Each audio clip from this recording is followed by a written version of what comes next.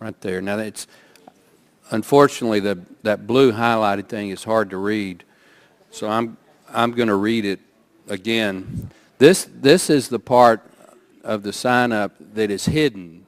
The applicant does not see this, but it is in the source code. And what that blue highlighted area that's been circled in red says is, you have no reasonable expectation of privacy regarding any communication or data transiting or stored on this information system.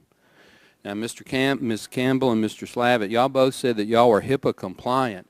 How in the world can this be HIPAA compliant? Which HIPAA is designed to protect the patient's privacy, and this explicitly says in order to continue, you have to accept this condition that you have no privacy or no reasonable expectation of privacy. So, sir, that would be the decision made by CMS. So you're not, this is news to you? I didn't. You're the main prime contractor. You've never seen this before?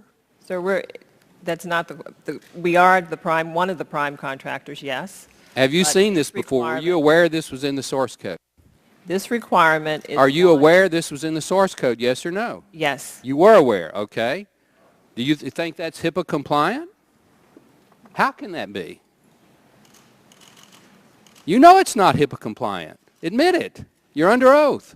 Sir, that is CMS's decision to make what... I asked if you thought that. You just told Mrs. Blackburn that it was HIPAA compliant. You know that's not HIPAA compliant. You admit that you knew it was in there. It may be their decision to hide it, but you're the company, not you personally, but your company is the company that put this together. We're telling every American, including all my friends on the Democrat side, and they're huge privacy advocates. Diane DeGette is co-chairman of the Privacy Caucus with me. But you're telling every American, if you sign up for this or even attempt to, you have no reasonable expectation of privacy. That is a direct contradiction to HIPAA, and you know it. Yes or no? Once again, CMS has us comply to a set of rules and regulations that they've established under our contract. And that is a CMS call. That is not a contractor call. To break the law. You're now saying that CMS made a decision to break the law. Do you agree with that decision? Sir, I cannot I cannot speculate on CMS. All right, well, let me ask Mr. Slavitt. This is the first time I'm seeing and becoming familiar with that source code. Okay, so you weren't aware of it. I was not aware of it. Okay. Well, all right, let me go back to Ms. Campbell. She's at least admitted she knew about it. Who made this decision to hide this or to put it in the source code in the first place?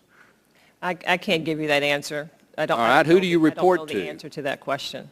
I can Was it some junior underling at CMS? Was it the director of CMS? Was it, I mean, who generally made decisions at the policy level that your company interfaced with? Give me that person's name. There are many decisions made under this program over this last two and a half years. So is this another example of where things just go into a cloud? I mean, all you are is a contractor that spent $300 or $400 million. No. So it goes to some amorphous cloud and then it comes back from down on high. Who wrote that? I am not clear as to who wrote that. Do you let me ask it this way. Do you think that should be in the do you think that should be a requirement to sign up for Obamacare, that you give up any reasonable expectation of privacy? Sir, that is not my jurisdiction. You're a U.S. citizen. Statement one way or the other. Well, I'll answer. I don't think it should be. I don't think it should be.